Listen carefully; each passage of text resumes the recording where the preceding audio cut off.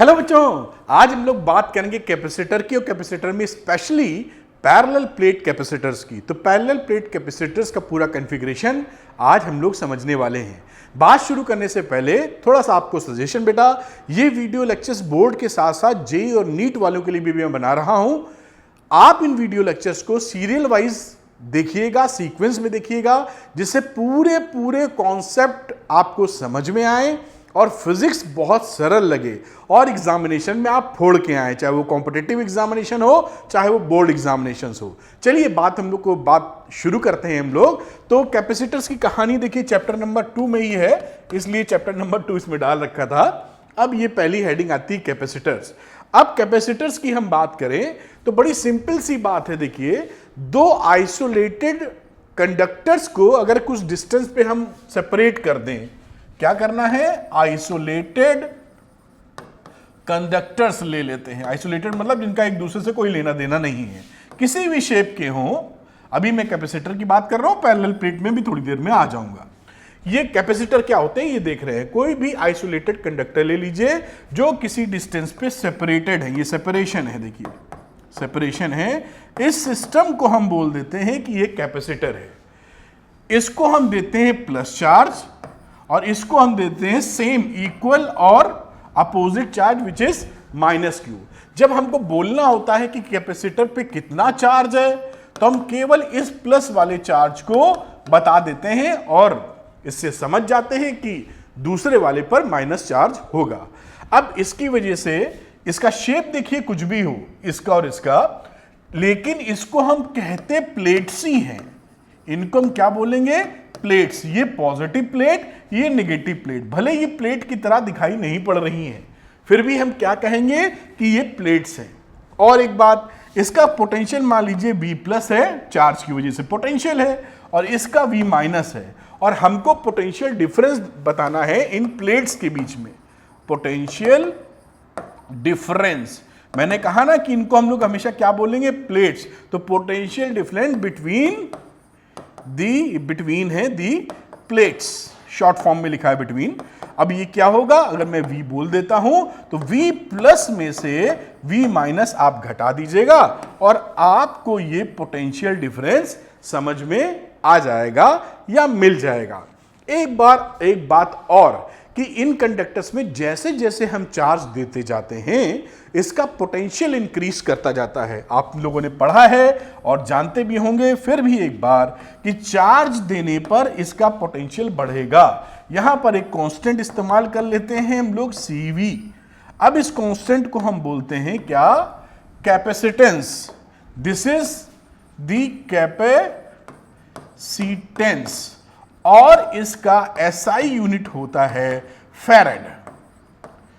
ये भी मैं पिछले वाले में, इसका सिंबल है F। एक फैराड काफी बड़ा कैपेसिटेंस होता है, ये भी हम लोग देख चुके थे। अब जो कैपेसिटेंस होता है ये किन चीजों पे नॉर्मली डिपेंड करता है, तो ये डिपेंड करता है, C डिपेंड्स ऑन कंडक्टर का साइज क्या है, उसका शेप क्या है, ज्योमेट्रिकल कॉन्फ़िगरेशन पर यह डिपेंड करेगा। साथ साथ प्लेसमेंट क्या है इनका, प्लेसमेंट ऑफ कंडक्टर्स, और इनके बीच में कौन सा मीडियम है, मीडियम बिटवीन दी प्लेट्स। तो इन चीजों पर यह डिपेंड कर जाता है, यानी किस साइज का कितना बड़ा छोटा है, शेप क्या है, प्लेसमेंट क्या है और कौन सा मीडियम इन दोनों की प्लेट्स के बीच है।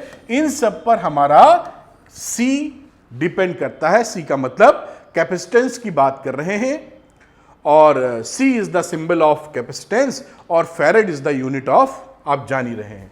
अब ये जो कैपेसिटर्स होते हैं वो बहुत टाइप के होते हैं, बहुत टाइप के बनाए जा सकते हैं। बेसिकली हम लोग बात करें तो 3 तरह के प्रमुख कैपेसिटर हम देख पाएंगे। उसमें एक होता है पैरेलल प्लेट कैपेसिटर्स, जिसमें जो प्लेट्स होती हैं, देखिए मैं लिखता हूं, जो पैरेलल प्लेट कैपेसिटर, प्रमुखता से बात करें कैपेसिटर, जिसमें जो प्लेट्स होती हैं वो कुछ इस तरह से समझी जा सकती हैं। अगर मैं थोड़ा सा डायग्राम बताने की कोशिश करूं, ये देखिए 2 प्लेट है, तो दोनों आइडेंटिकल प्लेट्स ले लेते हैं। ये जो प्लेट का शेप है ये स्क्वायर भी हो सकता है, ये बेटा रेक्टेंगल भी हो सकता है, और यही नहीं ये सर्कुलर फैशन में भी हो सकता है। मैं सर्कुलर भी लिख दे रहा हूं। तो ये प्लेट्स तरह तरह के शेप की हो सकती हैं, लेकिन उसको बोलते क्या है हम लोग? Parallel plate capacitors. दो आइडेंटिकल प्लेट्स लेकर एक पे प्लस क्यू चार्ज, इधर वाले पे प्लस क्यू और किसी पर माइनस क्यू चार्ज दे देंगे, बन जाएगा पैरेलल प्लेट कैपेसिटर। दूसरी बात करते हैं जो और प्रमुखता से आता है, जिसे बोलते हैं सिलिंड्रिकल कैपेसिटर। तो सिलिंड्रिकल कैपेसिटर में क्या होगा? जैसा नाम से ही कैपेसिटर, इसमें दिख रहा है कि सिलेंडर फॉर्म में होगा। तो ये कुछ सिलेंडर बना दीजिए, ऐसे दो कंसेंट्रिक सिलेंडर होंगे और बीच वाली लाइन को मैं डॉटेड दिखा रहा हूं। ये सिलिंड्रिकल कैपेसिटर हो गया। अंदर वाली प्लेट को इसको प्लस क्यू दे देंगे और बाहर वाली को चार्ज माइनस क्यू दे देंगे। प्लस क्यू इस पर है और माइनस क्यू बाहर है। ये सिलिंड्रिकल कैपेसिटर्स हो गए। ये कैपेसिटर आपके पंखों में लगे रहते हैं। मैं सोच रहा था कि कैपेसिटर खरीद के तोड़ के दिखाऊं आपको, किसी दिन दिखाऊंगा, मैंने तोड़ के देखा हुआ है। तो पूरा डाइलेक्ट्रिक वगैरह भरा होता है, पंखों में लगे दिखेंगे, ऊपर ही दिख जाते हैं, लटके हुए फंसे रहते हैं। वो सिलिंड्रिकल कैपेसिटर बड़े प्यार से आप देख सकते हैं। इसके अलावा तीसरे नंबर का और सिलिंड्रिकल प्रमुखता से बात की जाए तो स्फेरिकल इन शेप कह सकते हैं, जिसे आप स्फेरिकल कैपेसिटर्स के नाम से जान सकते हैं। अब ये जैसा नाम आ रहा है आपके सामने, वैसे ही इसकी बात समझी जा सकती है बहुत सरलता से। दो स्फीयर टाइप ले लीजिए, ये बन गया स्फीयर और ये अंदर वाला स्फीयर स्फेरिकल। एक को प्लस दे दीजिए अंदर वाली प्लेट को और बाहर वाली को माइनस क्यू दे दीजिए, बन गया कैपेसिटर। तो ये प्रमुखता के तौर पर ये सर्किल नहीं है, ये पूरी फुटबॉल शेप में है। तो आपने ये देखा कि कई तरह के कैपेसिटर्स आप बना सकते हैं। तीन प्रमुख जो होते हैं, थोड़ा आइडिया देने के लिए आपको बता दिया। बोर्ड एग्जामिनेशन में, सीबीएसई बोर्ड एग्जामिनेशन में केवल पैरेलल प्लेट कैपेसिटर है, लेकिन जेईई और नीट में हम लोग इसको दोनों का सिलिंड्रिकल और स्फेरिकल के लिए उसका भी डेरिवेशन वगैरह करेंगे, क्योंकि हम लोग लेक्चर्स जेईई नीट के लिए भी बना रहे हैं। आइए बात को आगे लेके चलते हैं। अब देखते हैं जो पैरेलल प्लेट कैपेसिटर होता है वो उसमें स्पेशली क्या क्या चीजें ध्यान रखनी है। तो पैरेलल प्लेट्स में मैं देखिए जो प्लेट्स होती हैं उनको ऐसे दिखाऊंगा। बेसिकली प्लेट होती ऐसे हैं, ये देखिए प्लेट है, सपोज करिए इस प्लेट को ऐसे दिखाने की कोशिश है तो एक लाइन दिखती है। असल में ये पूरी प्लेट रेक्टेंगुलर हो सकती है, स्क्वायर या सर्कुलर, कुछ भी हो, दिखेगी ऐसे। तो ऐसे हम दिखाते हैं। इसमें एक प्लेट को हम देते हैं पॉजिटिव चार्ज और एक को हम देते हैं निगेटिव चार्ज। आपको पता होगा, मैंने बताया है प्रीवियस लेक्चर में कि इन पे जो चार्ज दिए जाते हैं ये प्लेट की अंदर साइड पर ही उपलब्ध रहते हैं।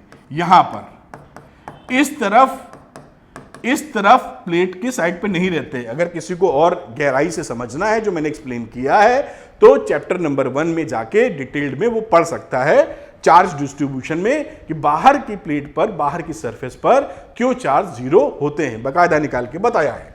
एनीवे, माइनस क्यू की बात अगर हम लोग करें तो माइनस भी इसकी सरफेस पर ही मिलेगा। इक्वल एंड अपोजिट चार्जेस इस तरफ बाहर की तरफ मैं आपको बोला है और मैं इसको लिख भी देना चाहता हूं। ये बाहर की तरफ, बाहर की तरफ या बाहर की सरफेस पर नो चार्ज, इतने से आप समझ जाएंगे। जो भी चार्ज है वो केवल और केवल इनसाइड द सरफेस, इनसाइड का मतलब है अंदर वाली सरफेस पर है। ठीक है, अब इनके बीच का मैं सेपरेशन ले लेता हूं जो कि d है और एरिया ऑफ क्रॉस सेक्शन दोनों का बराबर है जो a से रिप्रेजेंट किया है। तो ये आपका एक पैरेलल प्लेट कैपेसिटर हो गया। अब आप बहुत चीजें इसमें जानते भी हैं, जैसे मैं इसके बीच की इलेक्ट्रिक फील्ड की बात करूं E इनसाइड, तो E इनसाइड आप जानते थे कि यहां पर पहली नंबर की प्लेट और दूसरे नंबर की प्लेट, तो पहली वाली प्लेट प्लस है तो इस डायरेक्शन में इलेक्ट्रिक फील्ड लगाएगी, नेगेटिव भी इसी डायरेक्शन में लगाएगी अपनी तरफ।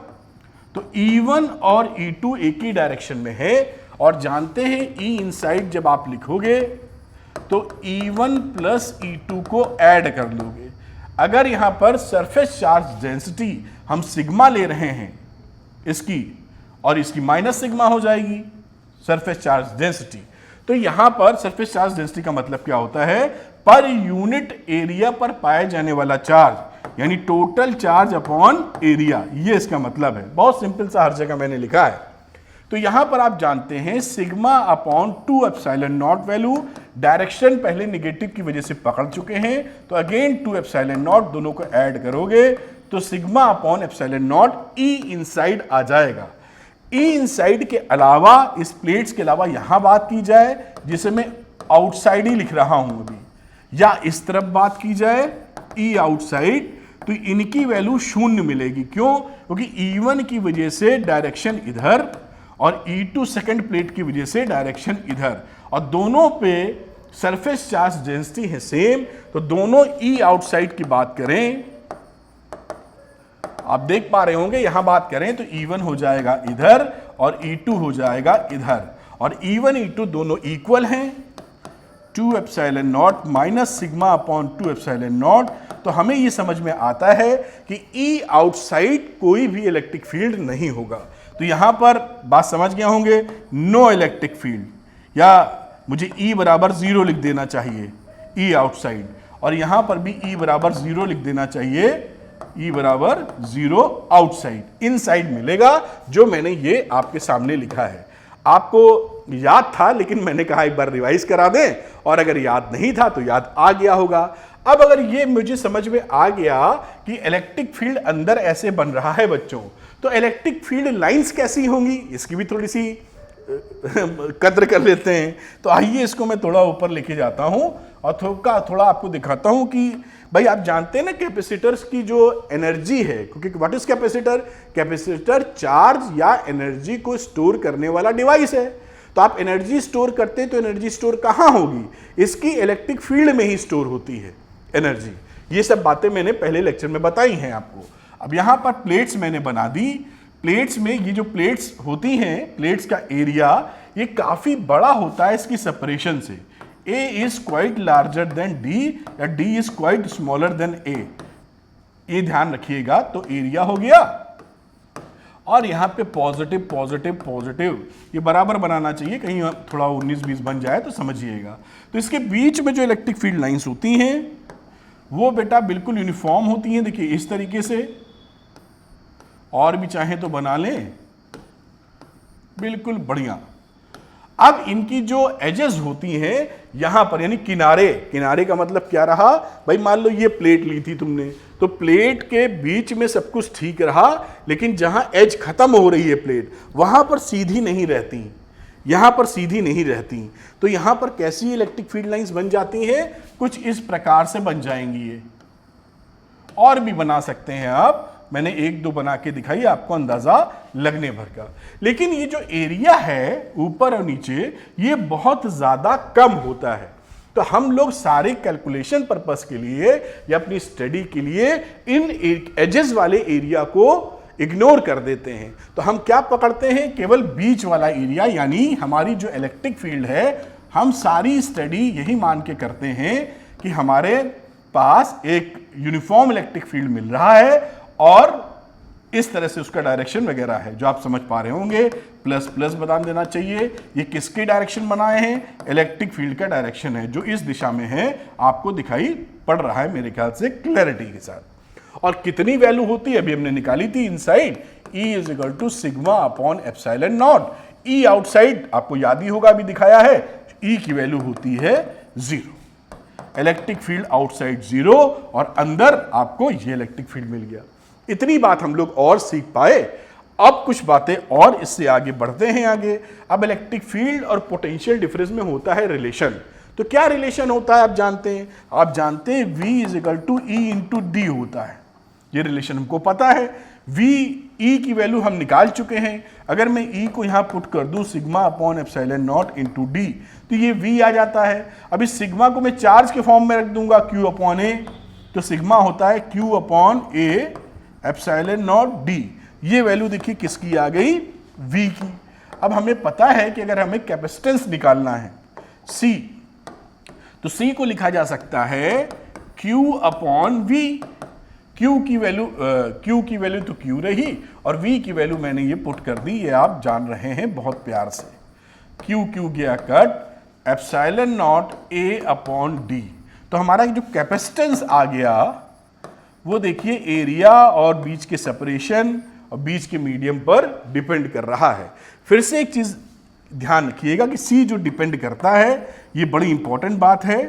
ये देखिए यहां पर क्या है, एरिया पे डिपेंड कर रहा है, सेपरेशन D पर डिपेंड कर रहा है, एरिया पे डिपेंड कर रहा है, और बीच में एप्सिलॉन नॉट, तो एप्सिलॉन नॉट बीच की परमिटिविटी ऑफ द मीडियम है, जो इस समय वैक्यूम या एयर की बात कर रहे हैं हम लोग। तो मीडियम, इन बिटवीन मीडियम लिख देते हैं, in between medium, in between मतलब प्लेट्स के बीच का मीडियम का जिक्र किया जा रहा है। तो अगेन वही कि शेप पर डिपेंड कर रहा है, साइज पे डिपेंड कर रहा है, जो मीडियम का मटेरियल है बीच में उस पर डिपेंड कर रहा है, और दोनों कंडक्टर के बीच में सेपरेशन कितना है D, इस पर भी डिपेंड कर रहा है। चलिए अब एक चीज और देखते हैं कि जब भाई पैरेलल प्लेट कैपेसिटर ये बना, ठीक है, अभी इसके आगे और चर्चा करेंगे काफी। तो यहां पर प्लेट्स पर इलेक्ट्रिक फील्ड लगने की वजह से, मैं नए टॉपिक में ही बताता हूं चलो, तो इसमें मैंने हेडिंग डाल रखी है, जैसे पढ़ाते वक्त हेडिंग में कोई चीज मिस भी ना हो और आपको एकदम क्लैरिटी रहे कि सर किस टॉपिक पे भाषण दे रहे हैं। तो force between the plates of parallel plate capacitor. तो ये पैरेलल प्लेट देखिए कैपेसिटर बन गया बच्चों। अब ये यहां पर देखिए प्लस प्लस होने की वजह से इलेक्ट्रिक फील्ड था।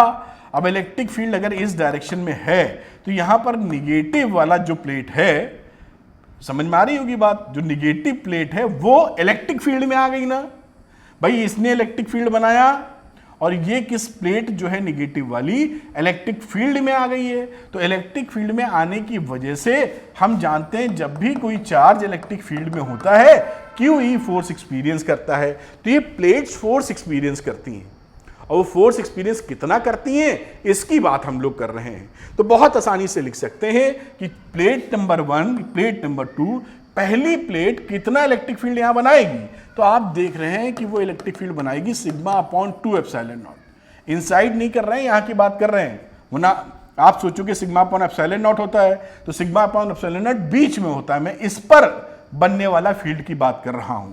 अब इस सिग्मा को आप लिख सकते हो Q अपॉन एरिया, तो यहां पर 2A एप्सिलॉन नॉट लिख देता हूं, कोई इसमें दिक्कत की बात है नहीं। अब इस प्लेट पर निगेटिव, देखिए प्लेट है ऐसी और ऐसे होगी बेसिकली प्लेट पूरी, मैं साइड व्यू दिखा रहा हूं। इसमें मान लीजिए निगेटिव चार्ज ऐसे भरा हुआ है। अब हर जगह इलेक्ट्रिक फील्ड की वैल्यू तो सेम है और टोटल हर पे कुछ फोर्स लग रहा होगा, F1 F1 F1 F1, सबको जोड़ दे क्योंकि सबका फोर्स एक ही डायरेक्शन में है। मतलब प्लेट की टोटल प्लेट पे लगने वाला फोर्स अगर निकाल दें हम, तो टोटल प्लेट पर लगने वाला फोर्स कितना हो जाएगा, force is equal to total charge into electric field. तो ये जो वैल्यू रही यहां पर, ये वैल्यू रहेगी, यहां लिख देता हूं, Q into Q upon 2A epsilon not, यानी ये वैल्यू आ जाएगी Q square upon 2A epsilon not. ये क्या है, प्लेट पर लगने वाला फोर्स। फोर्स एक प्लेट इधर पे जो फोर्स लगेगा वही इस पे लगेगा। तो ये कहीं पूछा जाए कि फोर्स बिटवीन द प्लेट्स कितना होता है, तो इस फॉर्मूले को अप्लाई कर लेंगे, Q square upon 2A epsilon not. और ये फोर्स किस नेचर का है, ये अट्रैक्टिव इन नेचर है, आप जान ही रहे हैं। और भी कई चीज अभी मजेदार आती जाएंगी टॉपिक वाइज, तो ये आप समझ जाते हैं। एक कदम और आगे हम लोग बढ़ाते हैं, parallel plate capacitor with dielectric. अब ये बड़ी शानदार और मजेदार चीज है। देखिए होता क्या है कि जब आप ये बनाता हूं, पहले मान लीजिए ये पैरेलल प्लेट कैपेसिटर लिया आपने, plus plus plus minus minus minus, बाकी आप समझ रहे हैं। इसमें अगर आप इसको ऐसे ही यूज करने का सोचें कि हम इसके अंदर क्या भरा हुआ है, मान लीजिए एयर भरी हुई है, कुछ नहीं एयर, कि हम ऐसे इस्तेमाल करें तो क्या क्या दिक्कतें आएंगी इसकी बात करते हैं। पहली दिक्कत क्या है कि ये दोनों प्लेट्स आपस में अट्रैक्शन का फोर्स लगा रही हैं, तो जहां भी इनको मौका मिलेगा या फटाक से चपक जाएंगी। भाई इनके बीच में एयर है ना, तो जैसे ही इनको कुछ भी मौका मिला वो चिपक जाएंगी, आपने किसी तरह फिक्स किया है तो भी बराबर फोर्स लगाती रहेंगी। तो पहली समस्या कि इसका लाइफ हमारा, मान लीजिए कहीं हमने जाम भी कर दिया तो इसका लाइफ हमेशा संदिग्ध रहेगा कि कब तक चलेगा, क्योंकि चक्कर में क्या है, चपक जाने के। चलिए, ये तो एक बात रही। दूसरी बात क्या होती है कि इसके बीच में जो एयर होता है, उस एयर का जो ब्रेकडाउन वोल्टेज है वो होता है 3 × 10⁶ वोल्ट प्लस वोल्ट मीटर। मैं इलेक्ट्रिक फील्ड की बात कर रहा हूं। ये जो इलेक्ट्रिक फील्ड है ये इसका ब्रेकडाउन इलेक्ट्रिक फील्ड है, जहां पर एयर ब्रेकडाउन कर जाती है। ब्रेकडाउन करने का मतलब कि सपोज करिए, मैं दिखा रहा हूं बड़ा सा फोटो बना के, आप बिल्कुल मजे से समझिए। यहां पर अगर हमारा पास एयर का कोई मॉलिक्यूल, मान लीजिए एयर का मॉलिक्यूल है, प्लस माइनस चार्ज सब में होते हैं। अब इस एयर मॉलिक्यूल को आपने इसके अंदर डाला है तो इस प्लस वाले पे इधर फोर्स और माइनस पे इधर लगेगा। कुछ इस तरह का स्ट्रक्चर ले लेगा, प्लस इधर माइनस इधर, प्लस वाला रिपल कर रहा है, माइनस वाला इधर झोंक रहा है। तो ऐसे गोले की नॉर्मल शेप की जगह थोड़ा सा ये पिच्चू हो जाएगा, मतलब खिंचा हुआ हो जाएगा। अब यहां पर अगर इस प्लस वाले को आप और चार्ज देते गए, क्योंकि आप चाहते क्या है कि कैपेसिटर पे खूब चार्ज स्टोर करे, खूब एनर्जी स्टोर करे, तो मेरे काम का है। जरा सी एनर्जी स्टोर करने की बात आएगी तो क्या मजा है उसमें, ठीक। अब आपने ज्यादा चार्ज स्टोरेज मारा तो ये ज्यादा इसके ऊपर खिंचाव बढ़ता चला गया, खिंचाव बढ़ता चला गया। और ऐसी स्थिति हो सकती है इतने इलेक्ट्रिक फील्ड पर, ये ब्रेकडाउन वाली इलेक्ट्रिक फील्ड है। और ये ब्रेकडाउन किसका है, ब्रेकडाउन इलेक्ट्रिक फील्ड एयर का। अब अगर एयर के केस में ब्रेकडाउन वाला इलेक्ट्रिक फील्ड आपने अचीव कर दिया, क्योंकि इलेक्ट्रिक फील्ड का डायरेक्शन ये E0 लेके चल रहे हैं, तो ये क्या करेगा, प्लस और माइनस टूट जाएगा। फिर ये ऐसे करके निकल लेगा, माइनस और इधर प्लस, इस वाले की बात कर रहा हूं। अगर ये निकल लेगा तो ये माइनस वाला यहां पहुंच जाएगा, प्लस वाला यहां पहुंच जाएगा। इससे पहुंचते ही एक प्लस को न्यूट्रलाइज कर देगा ये। तो ये क्या होगा, कंडक्शन शुरू कर देगा। भाई जब चार्जेस मूव करने लगते हैं तो क्या होता है, कंडक्टर, जबकि डाइलेक्ट्रिक का कैसा बिहेवियर होता है, नॉन कंडक्टिंग मटेरियल होते हैं।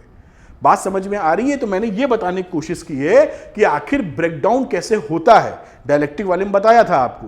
तो ये इसे बोल सकते हैं कि डाइलेक्ट्रिक ब्रेकडाउन, डाइलेक्ट्रिक पंचर, या उसकी कंडक्शन शुरू हो गया ले देके। तो उस समय इससे ज्यादा इलेक्ट्रिक फील्ड आप पैदा नहीं कर सकते। इससे ज्यादा चार्ज लगाओगे तो इलेक्ट्रिक फील्ड बनेगा और वो डाइलेक्ट्रिक को पंचर कर देगा या डाइलेक्ट्रिक ब्रेकडाउन हो जाएगा। फिर मुश्किल खड़ी हो गई कि हम तो ज्यादा चार्ज डालना चाहते हैं लेकिन ये लिमिट बड़ी जल्दी अचीव हुई जा रही है, तो अब इससे कैसे निपटें। तो इन सब बातों को देखते हुए हम लोग इसका समाधान क्या निकालते हैं, हम लोग इसके बीच में, इन प्लेट्स के बीच में डाइलेक्ट्रिक एक नॉन कंडक्टिंग मटेरियल को भर देते हैं। ऐसे उठा के नॉन कंडक्टिंग मटेरियल को भर देते हैं। अगर भर दोगे तो उससे क्या होगा, अब किसी भी दो चीजों के बीच में, जैसे मैं बताऊं, अगर मेरे दो, एक हाथ हथेली ये, दूसरी हथेली ये, इन दोनों के बीच में अगर मैंने ऐसे कोई, जैसे बुक रखी है, ऐसे ही मैंने कोई डाइलेक्ट्रिक भर दिया है, तो आप कितना भी ये प्लेटें जोड़ लगा लें, मिलने की कोशिश करें, ये जीवन भर ना मिल पाएंगी, क्योंकि इनके बीच में डाइलेक्ट्रिक है और वो पिच्चू नहीं होने वाला। तो ये ज्यादा स्टेबल कॉन्फ़िगरेशन है, इसकी लाइफ ज्यादा है, ठीक। दूसरी बात, एक समस्या हट गई कि चक्कर में थे कि मिल लें आज नहीं कल, अब इसमें आज नहीं कल ये नदी के दो किनारे हो गए, बीच में नदी है ना, ये फंस गया मामला। अब दूसरी कहानी कि इस डाइलेक्ट्रिक को डालने पर इस इलेक्ट्रिक फील्ड को आप घटा देते हैं E0/K टाइम्स, पिछले वाले वीडियो में देख सकते हैं आराम से आप। तो उसमें मैंने बताया है कि डाइलेक्ट्रिक डालने पर उसके अंदर इलेक्ट्रिक फील्ड कितनी हो जाती है, E0/K। जब इलेक्ट्रिक फील्ड घट जाएगा तो इस डाइलेक्ट्रिक मटेरियल का ब्रेकडाउन जल्दी होगा ही नहीं। और चार्ज रखिए तो बहुत ज्यादा चार्ज क्या कभी ब्रेकडाउन नहीं होगा, कभी होगा ब्रेकडाउन, लेकिन अभी की स्थिति से और ज्यादा चार्ज इसके ऊपर क्यों बहुत ज्यादा स्टोर कर पाएंगे। और दे दीजिए, भर भर के दे दीजिए। अगर कोई ऐसी चीज थी कि उसमें 1 किलो आलू आता था, तो अब ये 1 किलो की जगह 50 किलो आलू होल्ड कर सकते हैं इसके अंदर। हाँ, 51 किलो डालोगे तो वो बाहर गिर जाएगा, तो ब्रेकडाउन यहां भी होगा, लेकिन इसकी कैपेसिटी इससे बढ़ गई। मैं बिल्कुल नॉर्मल एग्जांपल दे रहा हूं जिससे बात पकड़ में आए, आपको समझ में आ रही है बात। तो यहां पर इसका ब्रेकडाउन होगा, लेकिन बहुत देर में होगा। तो आपका ये इसकी स्टोरेज कैपेसिटी बढ़ जाती है। इस वजह से हम लोग डाइलेक्ट्रिक यूज करते हैं। अब डाइलेक्ट्रिक में यूज क्या क्या करते हैं, तो हम लोग ग्लास यूज कर लेते हैं डालने के लिए डाइलेक्ट्रिक में, कई सारे माइका है, इस तरह के कैस्ट्रॉल ऑयल डाल देते हैं। तो ऐसे डाइलेक्ट्रिक्स यूज किए जाते हैं जो अधिक इलेक्ट्रिक फील्ड को टॉलरेट कर सके।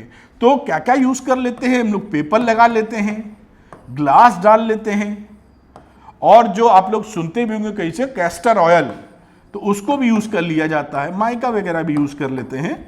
तो ये सारी चीजें यूज की जाती हैं इसके बीच में डाल के, जो कि इलेक्ट्रिक फील्ड को टॉलरेट करती हैं, उनका ब्रेकडाउन जल्दी नहीं होता।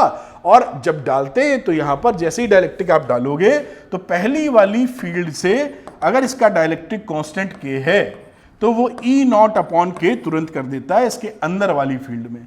ये फील्ड, ये निशान बना ही है, ये कर देगा। तो मेरे ख्याल से आप लॉजिक समझ गए कि what is the need of dielectric, और जो दिक्कत थी विदाउट डाइलेक्ट्रिक उसको डाइलेक्ट्रिक कैसे संभाल रहा है। क्योंकि जैसे ही बीच में आप डाल देंगे, it is a solid material, it is a solid body. अब इसको जल्दी ये टूटने उठने वाला नहीं है जब तक तोड़ने पे ना आ जाइए। ठीक है, लाइफ इसकी भी होगी लेकिन लाइफ काफी ज्यादा होगी। तो अगर हम ये समझ जाते हैं कि डाइलेक्ट्रिक ये काम कर रहा है तो इसको लेके कुछ बातें और सीखते हैं। आइए, तो बच्चों डाइलेक्ट्रिक की बात की थी, अब हम लोग ये देखना चाहते हैं कि भाई कैपेसिटेंस अगर बढ़ गया तो आखिर वो कितना बढ़ गया। आप लोग पढ़े होंगे K टाइम्स बढ़ जाता है, लेकिन वो कैसे बढ़ जाता है ये जल्दी से प्रूफ कर लेते हैं। तो सपोज करिए पहले हमारे पास जो कैपेसिटर था उसमें कुछ फील्ड नहीं था, एयर था।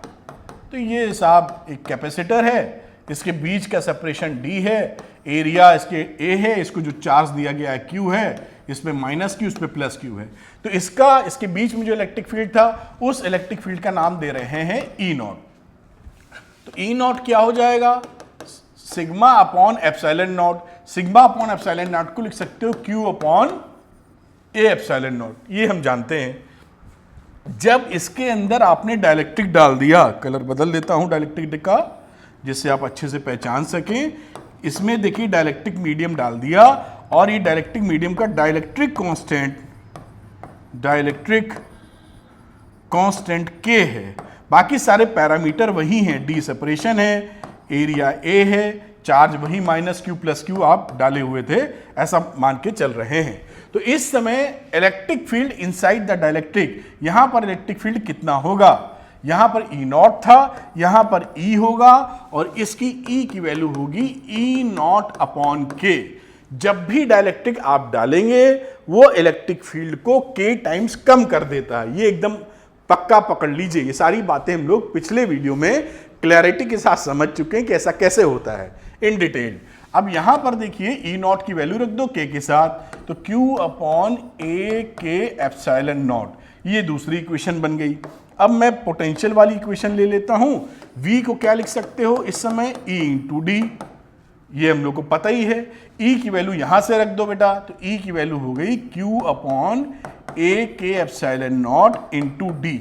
अब आप जानते हैं कैपेसिटेंस का formula Q upon V, Q upon V, तो Q रखा, V वाला डाल दिया डाइलेक्ट्रिक डालने के बाद वाला, तो Q upon A K epsilon not into D. तो यहां पर ये Q कट गया, ये ऊपर चली गई वैल्यू, तो क्या हो गया epsilon not K into A upon D. और ये फॉर्मूला देखिए बन गया, या मैं इसको और C लिख दूं, C को लिख सकते हैं K epsilon nought A upon D, और ये जो epsilon nought A upon D वो पहले वाला कैपेसिटेंस था, तो C इंटू C0 जो एयर के साथ था। ये रिलेशनशिप बन गई। आप देख रहे हैं कि पहले के कैपेसिटेंस से अब नया कैपेसिटेंस K टाइम्स बढ़ गया है। तो किस तरह बढ़ गया है वो आपके सामने है, और ये बात हम लोग को पहचाननी चाहिए दिमाग में रखनी चाहिए। अब इलेक्ट्रिक फील्ड के कॉन्टेक्स्ट में अगर हम लिखना चाहें, या सरफेस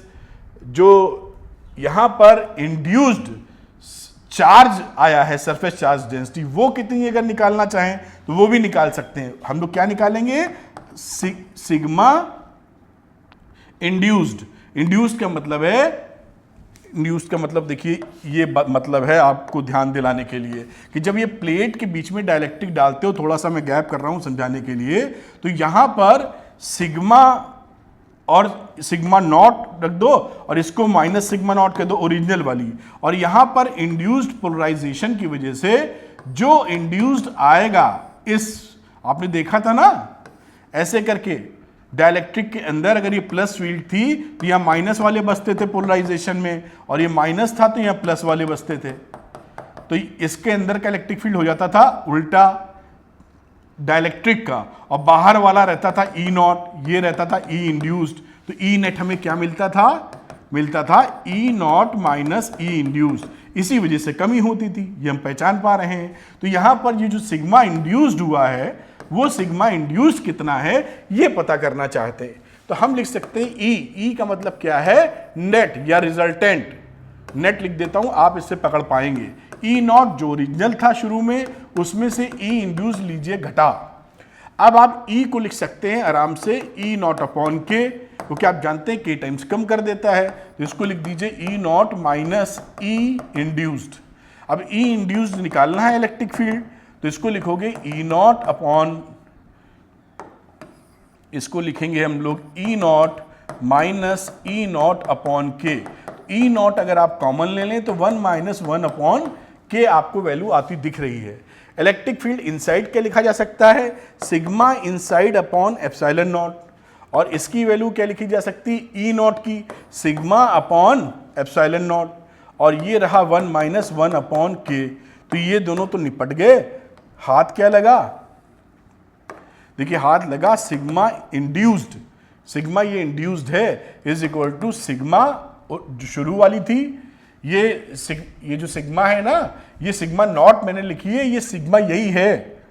आप कंफ्यूज ना कर जाना, नॉट हटा देते, नहीं सोचो नॉट ढूंढने से नहीं मिल रहा है, ये दिस इज सिग्मा, ठीक। और ये वैल्यू हो गई 1 माइनस 1 अपॉन के। तो ये क्या है, ये इंड्यूस्ड सरफेस चार्ज डेंसिटी है, इसलिए लिख दिया कि ई आई एन का मतलब इनसाइड ना समझ लेना, मतलब ये इंड्यूस्ड है जो बनी है। तो इस तरह से हम समझ सकते हैं कि surface charge density on the metals या जो भी होगा वो इस तरीके से सिग्मा इंड्यूस्ड बन रही है, और ये जो सिग्मा है वो कंडक्टिंग प्लेट का सिग्मा है, ये आपको दिखाई यहां पर पड़ रहा है। चलिए एक आधे सवाल ले लेते हैं और वो हमारी हेल्प करेंगे बहुत ही शानदार अंडरस्टैंडिंग में। और एक अंत में बहुत ही धांसू सवाल हम लोग करने वाले हैं, जहां पर नॉर्मल प्लेट्स जो रहती हैं उसकी जगह एक प्लेट को स्लांट कर देंगे, झुका देंगे, इसकी जगह ऐसे, तो वो भी सवाल अंत में कराऊंगा। खैर अभी इन सवालों को देखते हैं। इस सवाल में क्या बोला गया है, पैरेलल प्लेट कैपेसिटर है, plate area 20 centimetre square and separation between the plate is 1 millimetre. तो इसका जो एरिया है, देखिए मैं ऐसे ही बना रहा हूं, और इसका एरिया हम लोग को दे रख, जब भी न्यूमेरिकल करिए ऐसे फिगर लिख लिया करिएगा सिंबॉलिक फॉर्म में, तभी जो बच्चे न्यूमेरिकल से डरते हैं वो सिंबॉलिक फॉर्म में लिखते नहीं, कहानी तो गड़बड़ हो जाती है। और डी लिखा है सेपरेशन 1 मिलीमीटर। ऐसे फोटो बनाइए एक रफ स्केच और लिखते जाइए, सवाल समझ में भी आया, कर भी पाएंगे। Find the maximum charge that can be placed on the capacitor when air फिल्स the space between the plates. अब इसके बीच में भाई ना एयर है, तो अभी मैंने समझाया था कि आप इसके ऊपर खूब चार्ज भर सकते हैं, लेकिन कहां तक, जहां तक एयर का ब्रेकडाउन ना हो। एयर का ब्रेकडाउन अगर होना शुरू हो गया तो चार्ज का लीकेज होने लगेगा, मतलब ये एयर कंडक्ट करने लगेगी चार्ज को, तो नॉन कंडक्टर नहीं रह जाएगी। समझ में आई बात। और इसका इलेक्ट्रिक फील्ड एयर का कितना होता है, ब्रेकडाउन वाला 3 × 10⁶ अभी उस समय भी लिखा था। तो ई एयर का ब्रेकडाउन इलेक्ट्रिक फील्ड की बात करूं, वो वैल्यू कितनी होती है, 3 × 10⁶ वोल्ट पर मीटर। कहीं ऐसा लिखा भी है तो बड़ी अच्छी बात है, वरना ये होती भी है, ठीक। अब इस बात को देखते हुए अगर हम निकालने जाएं तो इसके बीच में जो इलेक्ट्रिक फील्ड है, जो कि इलेक्ट्रिक फील्ड ई आता था सिग्मा अपॉन एप्सिलॉन नॉट, इसकी मैक्सिमम वैल्यू इतनी हो सकती है, इससे ज्यादा होगी तो एयर का ब्रेकडाउन हो जाएगा, ठीक। बहुत आसानी से निकलेगा। मैक्सिमम चार्ज सिग्मा निकल आएगा तो मैक्सिमम चार्ज भी निकल आएगा। समझ गए मेरी बात? तो E लिख दिया sigma upon epsilon nought. E यहां से अब पूरी वैल्यू रख देते हैं, सिग्मा पता नहीं है, एप्सिलॉन नॉट पता है, तो एप्सिलॉन नॉट इनटू ये E, और E ऊपर दिया हुआ है। बात पकड़ पाए होंगे, थोड़ा सा ऊपर लेके जाएंगे। अब यहां पर आप एप्सिलॉन नॉट की वैल्यू डाल दीजिए 8.85 इंटू 10 की पावर -12 इंटू 3 इंटू 10 की पावर 6 जो ब्रेकडाउन वोल्टेज था, और इसको कैलकुलेट करेंगे तो वैल्यू आ जाएगी 2.65 इंटू 10 की पावर -5 कूलाम पर मीटर स्क्वायर। ये इसकी वैल्यू है 2.65 इंटू 10 की पावर -5 कूलाम पर मीटर स्क्वायर। क्यू मैक्स कितना होगा भाई, ये हमको पता है। अब यहां पर हमने क्यू सिग्मा कितने के बराबर होता है, चार्ज अपॉन एरिया के। तो अगर हमें क्यू मैक्स निकालना है तो ये बराबर हो जाएगा surface charge density into area. Surface charge density निकाली है 2.65 इंटू 10 की पावर -5, और एरिया यहां पर था 20 सेंटीमीटर स्क्वायर। तो 20 सेंटीमीटर स्क्वायर को आप मीटर स्क्वायर में कन्वर्ट कर लीजिए, तो 20 इंटू 10 की पावर -4 मीटर स्क्वायर बन गया। इसको आप मल्टीप्लाई करेंगे तो वैल्यू आ जाएगी 5.3 इंटू 10 की पावर -8 कूलाम। ये पहले वाले का आंसर आ गया। देखिए क्यों नहीं कर पाएंगे, बस थोड़ी अंडरस्टैंडिंग हो, सवाल तो मक्खन की तरह निकलने हैं ही। कोई ऐसे सवाल थोड़ी आपको दिए जाते हैं जो निकले ना हो। तो पीएचडी में रिसर्च करता है या साइंटिस्ट बनने के बाद सब सवाल निकलेंगे। नंबर 2 की बात करते हैं, वाला हो गया the space between the plates is filled with glass. अच्छा, अब ये डायलेक्ट्रिक के तौर पे ग्लास डाल दिया है। Now calculate the maximum charge, करना वही है that can be placed on the capacitor. अब जो ब्रेकडाउन इलेक्ट्रिक फील्ड है वो आप ग्लास की ले लीजिए, बस इतना ही करना है। पहले एयर थी, और ग्लास के बारे में ये दे रखा है कि इलेक्ट्रिक फील्ड ब्रेकडाउन वाली 30 इंटू 10 की पावर 6 है, और डायलेक्ट्रिक कांस्टेंट दे रखा है ग्लास का 5 है, यानी K बराबर 5 है ये, और साथ में 30 इंटू 10 की पावर 6। आइए तो सवाल को आगे लेके चलते हैं, और अब हमारा सेकेंड पार्ट में यहां तक पहुंचा देते हैं। सेकेंड पार्ट में मैं देखता हूं कि ये जो कैपेसिटर था वो डायलेक्ट्रिक में एज ए ग्लास आ गया है। डायलेक्ट्रिक ग्लास इज इंसर्टेड, यानी अब कहानी क्या है कि जो पैरेलल प्लेट थी इसके बीच में आपने डायलेक्ट्रिक डाल दिया है जो कि K की वैल्यू 5 होल्ड करता है। ग्लास है, यही ग्लास है, बाकी एरिया फेरिया तो वही था जो सेपरेशन वगैरह पहले था। बात समझ पाए होंगे। अब आप देखिए कि यहां पर जो इलेक्ट्रिक फील्ड बना करता था अंदर, अब कितना बनेगा, तो जो पहले बनता था उसका K टाइम्स कम हो जाता है। तो पहले वाले का अब नया इलेक्ट्रिक फील्ड E जो है वो E0 अपॉन K के बराबर है। पहले था epsilon not sigma upon epsilon not, ये वैल्यू हम लोगों ने लिख दी। अब इस वैल्यू को ये E जो 30 दिया है 30 इंटू 10 की पावर -6 तक मैक्सिमम हो +6 है। इतनी इलेक्ट्रिक फील्ड अचीव की जा सकती है। इससे ज्यादा करोगे तो ग्लास का भी ब्रेकडाउन हो जाएगा। ये भी बिहेव कैसे करेगा, कंडक्टर की तरह, तो कोई मतलब नहीं है, फिर तो कंडक्शन शुरू हो गया। ठीक, फिर एनर्जी स्टोर कैसे होगी, खर्चा ही होती रहेगी। खैर, अब यहां पर बात करते हैं सिग्मा कितना निकालना है। तो सिग्मा को K इंटू एप्सिलॉन नॉट से मल्टीप्लाई कर दीजिए, तो K की वैल्यू है 5, एप्सिलॉन नॉट है 8.85 इंटू 10 की पावर -12, ऊपर से 30 इंटू 10 की पावर 6। सारी वैल्यूज रख दो, कैलकुलेट करोगे तो 1.33 इंटू 10 की पावर -3 कूलाम पर मीटर, ये आपका आ गया सरफेस चार्ज डेंसिटी। अब क्यू मैक्स इसके लिए कितना है, जैसे आप दर उसी को एरिया से करता, मल्टीप्लाई कर दो। एक एरिया पर सिग्मा, तो ए एरिया पर कितना, तो सिग्मा हो गया 1.33। इतना सरल है ये, 10 की पावर -3, और एरिया कहाँ था, एरिया शुरू में निकाला था 20 इंटू 10 की पावर -4। इसको कर दो मल्टीप्लाई वगैरह। अब इसको मल्टीप्लाई वगैरह करोगे तो वैल्यू आ जाएगी 2.66 इंटू 10 की पावर -6 कूलाम। ये इसका आंसर आ गया। देखिए ऐसे सवाल आएंगे, मैं दिखा देता हूं, इसको वीडियो पॉज करके आप नोट भी कर लीजिए। लेकिन बहुत सरल सवाल है, लेकिन यही सब नीट वीट में मिलेंगे आपको जेई वगैरह में, कोई इसमें टेंशन थोड़ी है। बस आपको थोड़ा सा समझ में आना चाहिए करना क्या है। तो वीडियो पॉज कर लें और इसको नोट डाउन कर लें, बहुत अच्छी बात। आगे चलिए, इसको भी मैं आगे ले जाता हूँ, ये वीडियो को कर लो पॉज और आगे कर लो नोट डाउन, ठीक है। और फिर आगे बढ़ते हैं और यहाँ पे सवाल आपका ख़त्म हो जाता है। तो इस तरीके से सवाल देखिए हो जाता है। अब आगे चर्चा ये करते हैं हम लोग कि जो हम लोग डाइलेक्ट्रिक डाल रहे हैं, अगर उसको पूरा नहीं भरा है, पार्शियली फील्ड किया है, फिर क्या होगा, उसके लिए क्या फॉर्मूला है, उसमें भी सवाल खूब आते हैं। तो आइए देखते हैं।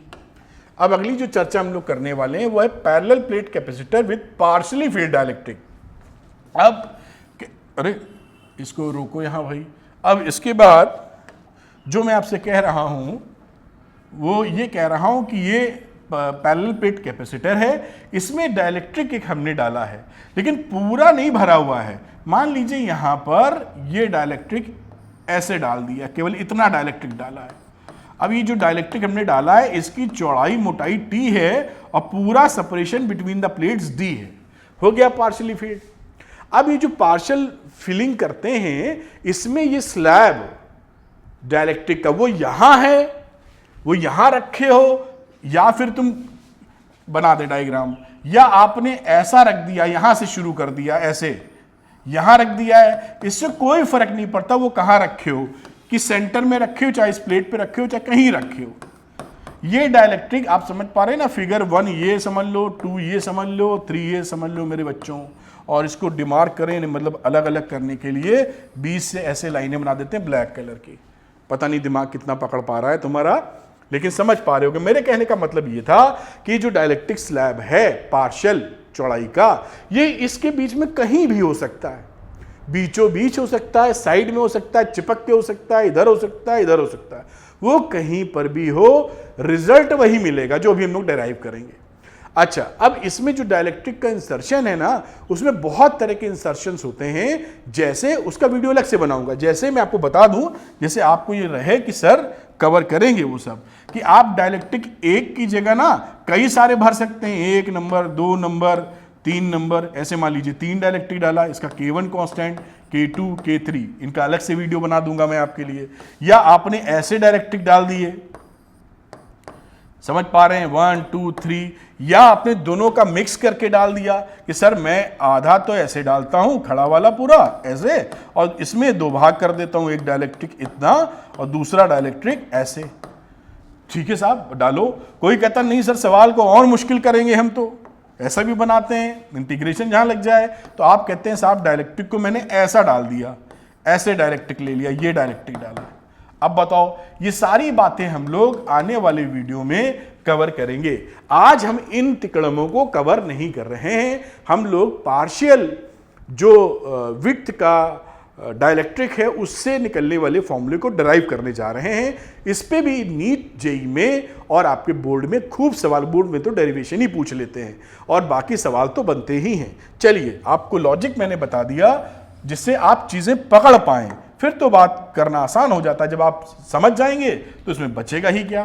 खैर, अब यहां पर मैंने प्लेट बनाई, प्लेट के बीच में मैंने एक डाइलेक्ट्रिक डाल दिया है जो कि पार्शियली फील्ड है। पार्शियली फील्ड का मतलब आप समझ गए हैं, इसकी चौड़ाई T है, इस पूरे का सेपरेशन D है, इसका सब एरिया वेरिया A ले लो, जो कुछ भी जरूरत पड़ेगी नॉर्मल आप जानते हैं वो सब ले वे के बैठे हैं हम लोग। अब यहां पर इलेक्ट्रिक फील्ड पॉजिटिव प्लेट है और ये निगेटिव प्लेट है, तो इलेक्ट्रिक फील्ड का डायरेक्शन आपको मालूम ही है, इस तरफ इलेक्ट्रिक फील्ड का डायरेक्शन होगा जिसे हम लोग नॉर्मली E0 लिखा करते थे, और इसके अंदर इलेक्ट्रिक फील्ड घट जाएगा, तो इस डाइलेक्ट्रिक के अंदर इलेक्ट्रिक फील्ड कितना आ जाएगा, E0 अपॉन K, क्योंकि इसका डाइलेक्ट्रिक कांस्टेंट कितना हम लोगों ने पकड़ा है, कुछ आपको दिया जाएगा जो कि K होगा। ये डायग्राम मेरे हिसाब से आप पकड़ पा रहे होंगे। जब डाइलेक्ट्रिक नहीं डला हुआ था उस समय कैपेसिटेंस कितना होगा, ओरिजिनल कैपेसिटेंस शुरुआत वाला epsilon nought A upon D, कोई उसमें तकलीफ नहीं। इलेक्ट्रिक फील्ड कब होगी, जब डाइलेक्ट्रिक नहीं डला था, समझ पा रहे हैं, सिग्मा अपॉन एप्सिलॉन नॉट इनके बीच में, इसको Q अपॉन A एप्सिलॉन लिख सकते हैं। नो डाइलेक्ट्रिक लिख रहा हूं क्योंकि आप लोग कहीं से कंफ्यूज ना करें, इसकी बड़ी चिंता मुझे रहती है, एकदम मैसेज क्लियर हो। आपके मन में, क्योंकि ये जो वीडियो लेक्चर्स होते हैं वन वे प्रोसेस है, तो वन वे प्रोसेस में मुझे ही ख्याल रखना है कि क्या क्या गलतियां आप कर सकते हैं, और जितना मैं ख्याल रखूंगा और केयरफुल रहूंगा उतना ज्यादा से ज्यादा बच्चों को आसानी से समझ में आएगा। तो ये खूबी होनी चाहिए और मैं उसके लिए प्रयासरत हूं। खैर ये मतलब C0 और E0 निकाल दिया जहां पे डायलेक्ट्रिक नहीं डाला गया है। अब डायलेक्ट्रिक डाल दिया विथ डायलेक्ट्रिक, ऐसे लिख दो विथ डायलेक्ट्रिक। तो खैर विथ डायलेक्ट्रिक C जो निकलना होगा वो तो हम लोग देखेंगे।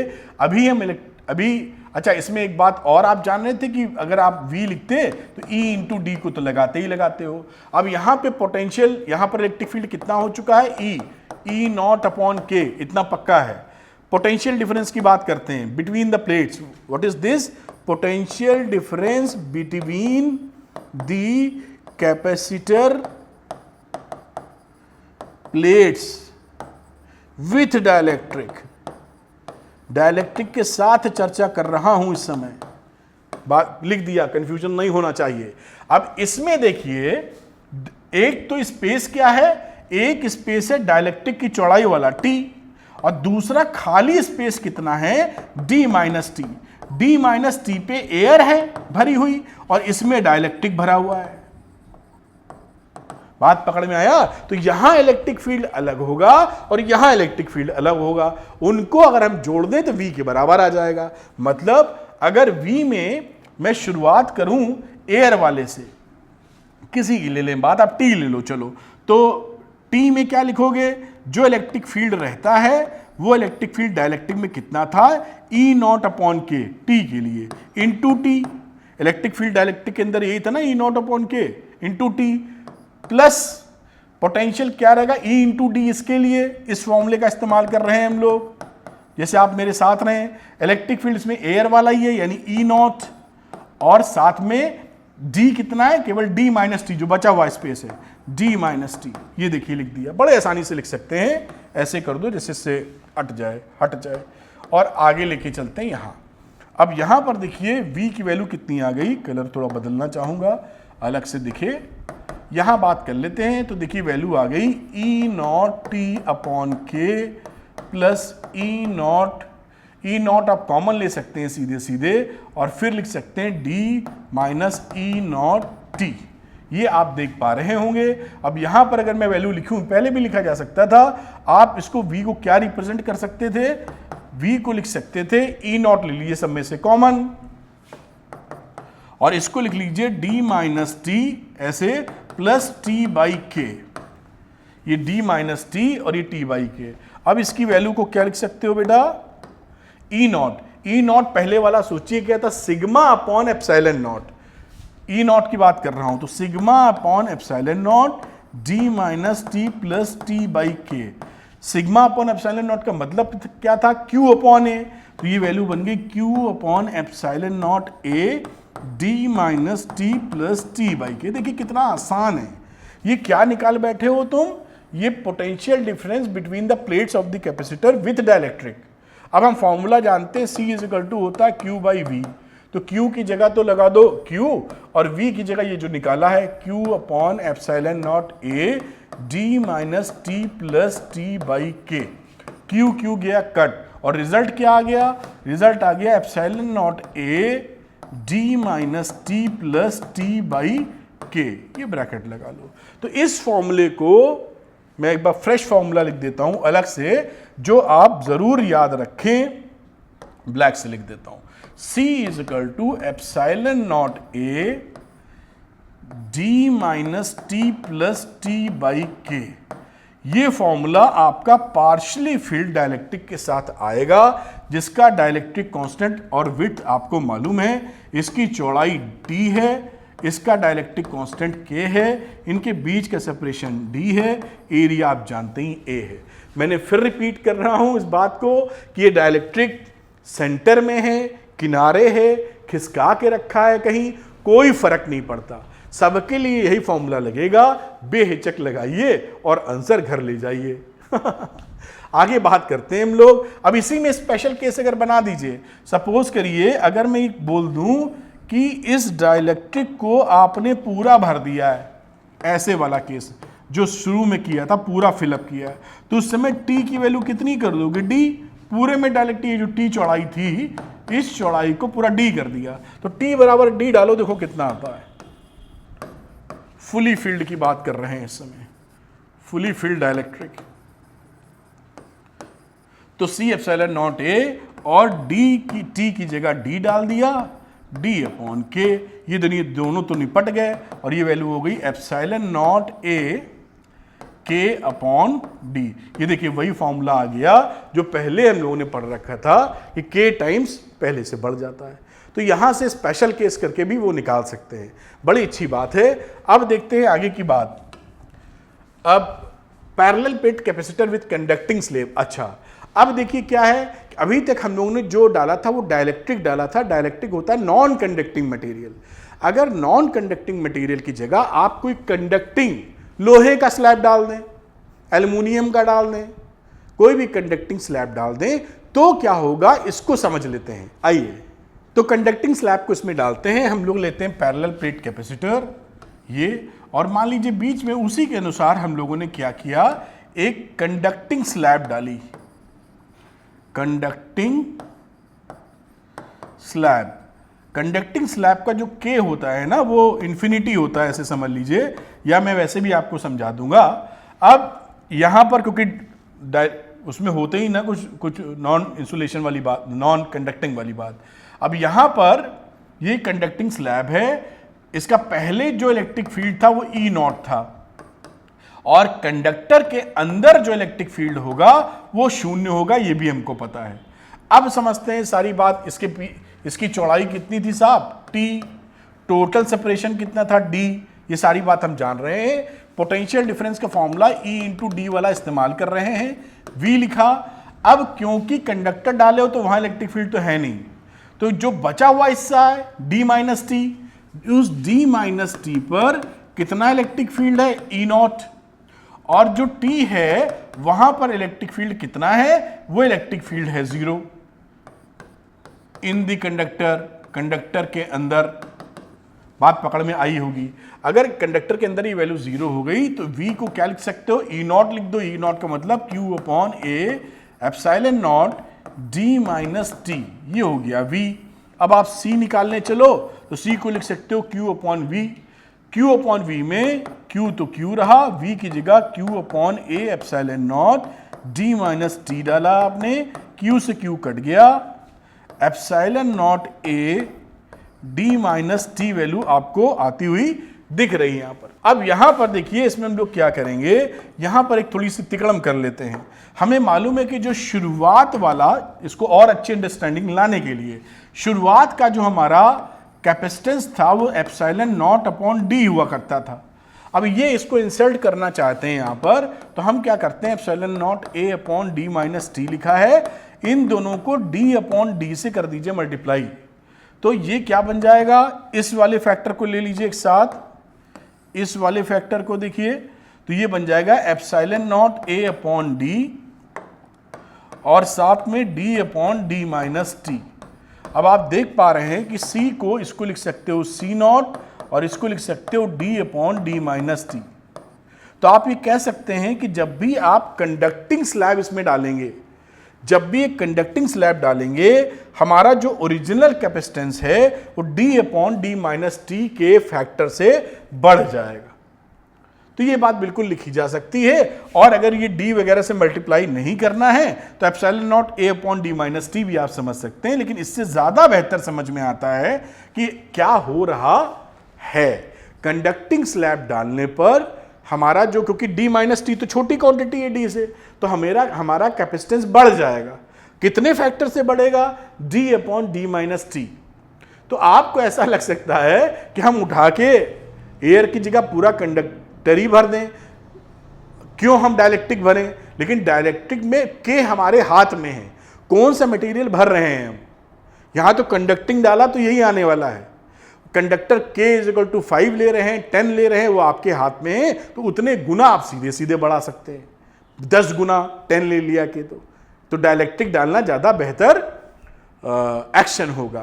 खैर, अब अगला सवाल मेरे ख्याल से एनसीईआरटी का एक न्यूमेरिकल लिया था मैंने, जो बहुत आसानी से किया जा सकता है और एग्जाम में देखिए आ भी सकता है, नीट वीट में भी वही पूछा जाएगा। A slab of material of dielectric constant K has the same area as the plates of a parallel plate capacitor but has the thickness, देखिए थिकनेस पूरी नहीं है।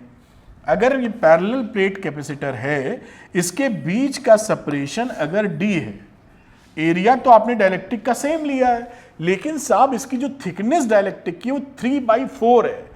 तो 3/4 का मतलब क्या रहा कि पूरे में नहीं भरी है, कुछ ऐसे भरी हुई है 3/4 हिस्से में। ये कितनी है? 3/4d, इसकी चौड़ाई यहां से यहां तक की जो ये कहानी है। साथ में कुछ डायलेक्ट्रिक कांस्टेंट दिया होगा तो उसको भी समझ लेंगे। Where d is the separation of the plate, d is the separation of the plate. How is the capacitance change when the slab is inserted between the plates. ठीक है, और डायलेक्ट्रिक कांस्टेंट ये k दे रखा है, तो इसका dielectric constant k भी ले लो। तो ये कैसा सवाल बन गया? पार्शली फील्ड डायलेक्ट्रिक का। ये सवाल किधर का चला गया? पार्शली फील्ड डाइलेक्ट्रिक का। अब इसको मैं एक एनसीईआरटी वाले तरीके से भी समझाऊंगा और फॉर्मूले से भी, जैसे एकदम पक्की बात हो। जब भी वीडियो आप देखें तो आपको यह एहसास हो कि मजा आ गया, समझ में आ गया। तो वोल्टेज की घटना घटाते हैं, यानी V = E × D का लेते हैं काम। V का मतलब क्या है? Potential difference across the plates of the capacitor when dielectric is inserted in this material, in this capacitor. तो यहां पर ये जो 3/4 के अलावा बचा हुआ ये पोर्शन कितना है दोनों को मिला के? तो ये है 1/4d हिस्सा, और 3/4d हिस्सा क्या है? इसमें है डाइलेक्ट्रिक और इसमें क्या है? एयर। समझ पाए? पूरा डी कंप्लीट हो गया। अब यही बात ले लेते हैं कि जहां पर एयर है वहां पर इलेक्ट्रिक फील्ड E0 है 1/4 × d, और जहां पर हमारा 3/4d है वहां पर हमारा इलेक्ट्रिक फील्ड कितना हो जाता है? डायलेक्ट्रिक डालने पर E0/k। आपको कई बार बताया, अब तक याद हो गया होगा। अब इस घटना के हिसाब से हम इसको जोड़ घटा सकते हैं। तो यहां पर V लिखा, इसको आप ऐड वैड कर लीजिए तो E0d आ जाएगा कॉमन बच्चों। यहां वैल्यू बचेगी 1/4 और यहां बचेगी 3/4k। ये रही आपकी V की वैल्यू। वही लॉजिक लगा दिया जो रहा था। अब इसके अलावा E0 × d क्या चीज है? ये तो V है, शुरुआत वाला, जिसे V0 कह सकते हैं। शुरू में जब डायलेक्ट्रिक नहीं था तो उस समय इसको E0 × d बड़े प्यार से बोल सकते थे। जब डायलेक्ट्रिक नहीं था नहीं, क्या लिख रहा हूं, हिंदी इंग्लिश और उर्दू मिक्सिंग। चलिए, खैर समझ में आनी चाहिए बात। समझ में आई ना? मैं कंफ्यूज ना हूं, इसलिए मैं छोटे छोटे बातों पे ध्यान रखने की कोशिश कर रहा हूं। तो ये जो टर्म है ये हो गया V0। तो इसे लिख सकते हो V0 1/4 + 3/4k। ये देखिए वैल्यू निकल आई। अब ये V = V0 1/4 + 3/4k वैल्यू आ गई। कैपेसिटेंस क्या हो जाएगा? जो शुरू में हमने चार्ज दिया था, दैट इज Q0 ले लो अपॉन V मतलब ये। अब इसको Q0/V डालोगे तो वैल्यू क्या बन जाएगी? देखिए बन जाएगी 4k। ये समझ पा रहे होगे, ये लिखा Q0, यहां आ गया V0 1/4 + 3/4k। अब थोड़ा सा इसको ऊपर करना होगा, जगह नहीं है। और ये Q0/V0 को क्या लिख सकते हो? C0। तो C = यहां पर वैल्यू, इसको सॉल्व कर लीजिए। मैं एक बार लिख देता हूं ऐसे ही, फिर अगले स्टेप में सॉल्व करेंगे जिससे बच्चा आप बिल्कुल समझ पाए। C0। अब यहां पर एलसीएम ले लीजिए तो 4k एलसीएम आ जाएगा जो कि ऊपर चला जाएगा। तो ये रहा 4k, और नीचे 4k लोगे तो ये k बचेगा, तो नीचे आ जाएगा k + 3। ये देखिए इसका आंसर आ गया। ये मैंने कौन से तरीके से निकाला? बिल्कुल एनसीईआरटी में जैसे दिया गया है। अब इसी सवाल को आप फॉर्मूला लगाते तो भी फटाक से निकल आता। ये मैंने इसलिए बताया कि आप बात पकड़ पाए। फॉर्मूला क्या था याद कीजिए। उस फॉर्मूले में जो कैपेसिटेंस आता था वो ε0A d - t + t/k ऐसे लिखते थे आप। ठीक। अब डायरेक्टिक कांस्टेंट तो k है, साथ में t की वैल्यू इन्होंने कितनी बता रखी थी बेटा 3/4d, और डायरेक्टिक कांस्टेंट k, ये दोनों वैल्यू इसमें पुट कर देते हैं। तो ये रहा एप्सिलॉन नॉट a, d की जगह तो d, और इस t की जगह कितना बेटा 3/4d plus 3/4d upon k। अब इसको सॉल्व कर लीजिए, देखिए फॉर्मूला लगाया ये, तो ये एप्सिलॉन नॉट a और ये d में से 3/4 हटाओगे तो 1/4d बचेगा, और यहां बात की जाए तो क्या बचेगा प्लस 3/4k इंटू डी। अब आप बिल्कुल समझ गए, यहां पे रुक जाओ यही कर लेते हैं, यहां पे बात करते हैं। अब d ले लो कॉमन, तो epsilon nought a upon d हो गया कॉमन, अंदर बचा 1/4, 3/4 के ऊपर वाली टर्म है ये, देखिए ये जो वैल्यू है वो c नॉट है, ये वैल्यू हो गई c नॉट, इसका एलसीएम लेके सॉल्व करोगे ऊपर वैल्यू ही आ जाएगी 4k अपॉन k प्लस 3, और ये रहा c नॉट। तो मैंने इसलिए कर दिया कि ये फॉर्मूला बड़ा काम का है, जैसे कहीं एग्जाम में भी आ जाए तो ये फॉर्मूला इस्तेमाल कर सकते हैं, आप बोर्ड में भी इस्तेमाल कर सकते हैं, और नीट और जेई में तो आपको एमसीक्यू मिलेंगे, जो भी मिलेंगे तो वहां तो इसको सीधे इस्तेमाल करके खत्म कीजिए। इस तरीके से ये किया जा सकता है, इंपॉर्टेंट है, एग्जामिनेशन में आता है, कोई क्वेश्चंस आपको मिलेंगे जेई मेंस में और नीट में। देखिए ये आपके सामने, इसको नोट कर लें, और मैं पॉज करें वीडियो, नोट करें, ये फिर आगे ले जाते हैं, वीडियो पॉज करें, नोट करें, पॉज करें और नोट करें। बड़ी अच्छी बात है, आगे चलते हैं अगले टॉपिक की तरफ। तो ये एक न्यूमेरिकल हमारे सामने फिर से है, इस न्यूमेरिकल को करेंगे। पहले आपको समझाता हूं पढ़ के कि न्यूमेरिकल है क्या। तो a parallel plate capacitor has a plate separation d is equal to 2 millimetre. तो यहां पर यहीं बनाता हूं, ये पैरेलल प्लेट कैपेसिटर ले रहा हूं, 2 मिलीमीटर का इसका गैप है। Half the space between the plates is filled with a dielectric और constant k is equal to 2। आधा डाइलेक्ट्रिक से भरा है 1 मिलीमीटर। तो यहां पर मैं फोटो थोड़ा सा, सपोज मैंने इसका हाफ इस डाइलेक्ट्रिक से भर दिया, ये 1 मिलीमीटर 1 mm है, मिलीमीटर ही है, और ये डिस्टेंस भी 1 mm है, दोनों मिलके कितना हो जाएंगे 2 मिलीमीटर, दोनों जो वो बता रहा था। ये टोटल गैप कितना था 2 mm का। यहां k की वैल्यू भी दे रखी है, k बराबर 2, तो मैं k बराबर 2 यहां कहीं लिख देता हूं जैसे अंदाजा रहे। And the remaining half air, और यहां पर एयर है, इस पे लिख दो चलो air. One of the plates is earthed as shown. Figure क्या थी शोन में, ये फिगर को आप लोग अर्थिंग कर देंगे, ये कर दी, ये निशान होता है अर्थिंग का, इसको कर दिया अर्थ। अब देखिए area of each plate is 600 centimetre square. Area कितना है प्लेट का 600 centimetre square. Plate A is given A charge Q, इस पे जो चार्ज प्लेट ए पर दिया है वो है 35.4 नैनो कूलम, ये इसको चार्ज दे दिया गया है। ये कॉन्फ़िगरेशन हमारी समझ में आ गया। अब देखते हैं आगे क्या है। Find potential difference between the plates of the capacitor. हमें इन प्लेट ए और बी बोल दें तो उनके बीच में पोटेंशियल डिफरेंस कितना है ये निकालना है। चलिए पहले ही पार्ट करते हैं, दोबारा की तरफ फिर लौट के आएंगे। प्लॉटिंग लिखी है, plot the variation of electric field as one moves from plate A to B.